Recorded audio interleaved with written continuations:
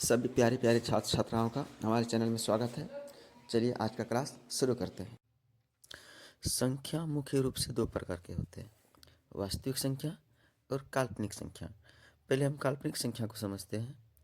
काल्पनिक संख्या जैसे √2, √-3, √-4 और इसी तरह से चलते जाएगा, इसे काल्पनिक संख्या कहते हैं। अब है वास्तविक संख्या। वास्तविक संख्या परिमेय संख्या और अपरिमेय संख्या से मिलकर बना होता है। अगर हम वास्तविक संख्या को देखें तो हम देखेंगे कि वास्तविक संख्या के अंदर जितने भी संख्या आते हैं या तो वो परिमेय संख्या होंगे या फिर अपरिमेय संख्या होंगे। और अच्छे से समझने के लिए इस चित्र को देखिए। इसे अपरिमेय और परिमेय दोनों संख्या जब हम इसे एक बॉक्स में डाल रहे होते हैं तो वो मिलकर वास्तविक संख्या कहलाते हैं। तो हम कह सकते हैं कि परिमेय संख्या और अपरिमेय संख्या मिलकर वास्तविक संख्या बनाते हैं। अब हम जानेंगे परिमेय संख्या कहते किसे हैं। वह संख्या जो p/q के रूप में हो, जहाँ p तथा q पूर्णांक हो और q बराबर 0 न हो, तथा p तथा q का HCF या सहअभाज्य गुणनखंड 1 हो। एग्जाम्पल के लिए 2/7, 3/5, -5/6, 0 इत्यादि, ये सभी परिमेय संख्या है। चलिए अब हम 2/7 को अपने शर्त पे चेक करें कि क्या ये परिमेय संख्या के सभी शर्त को मान रहा है या संतुष्ट कर रहा है।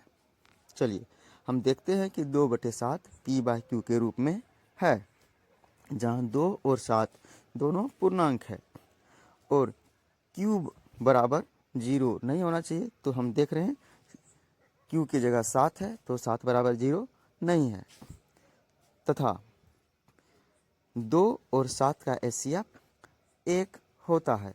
तो हम कहेंगे 2/7 परिमेय संख्या होने के सभी शर्त को संतुष्ट करता है, इसलिए 2/7 परिमेय संख्या है। अब देखते हैं कि क्या 4/6 परिमेय संख्या है। तो देखिए 4/6 p/q के रूप में तो है, 4 और 6 दोनों पूर्णांक भी है, 6 बराबर 0 नहीं है। अब लास्ट शर्त है कि 4/6 मतलब 4 और 6 दोनों का HCF 1 नहीं होता है, दोनों का HCF 2 होता है। तो हम कह सकते हैं कि 4/6 परिमेय संख्या होने के सभी शर्त को पूरा नहीं करता है, इसलिए 4/6 परिमेय संख्या नहीं है।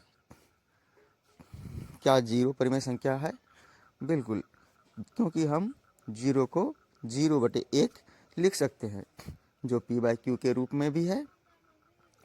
1 बराबर 0 नहीं होता है, तथा 0 तथा 1 का HCF भी 1 होता है और 0 और 1 पूर्णांक भी है। तो 0 एक परिमेय संख्या है। वो सभी संख्या जो p/q के रूप में दिखाई भले ना देती हो, लेकिन फिर भी वो परिमेय संख्या होती है, जैसे -√5, -√4, -√3, -√2, -√1, 0, 1, 2, 3, 4 ... अनंत तक ये सारी संख्याएं परिमेय संख्या होती है, क्योंकि हम इसके नीचे 1 लिख सकते हैं। और √4, √9, √16, √25 ये सभी संख्या भी परिमेय संख्या होती है, क्योंकि जब हम इसका वर्गमूल निकालते हैं तो एक पूर्ण संख्या प्राप्त होता है। और सभी पूर्ण संख्या, सभी प्राकृत संख्या, सभी पूर्णांक परिमेय संख्या ही होती है। अब एक सवाल आपके लिए, 3.6 परिमेय संख्या है या अपरिमेय संख्या? कमेंट बॉक्स में बताएं।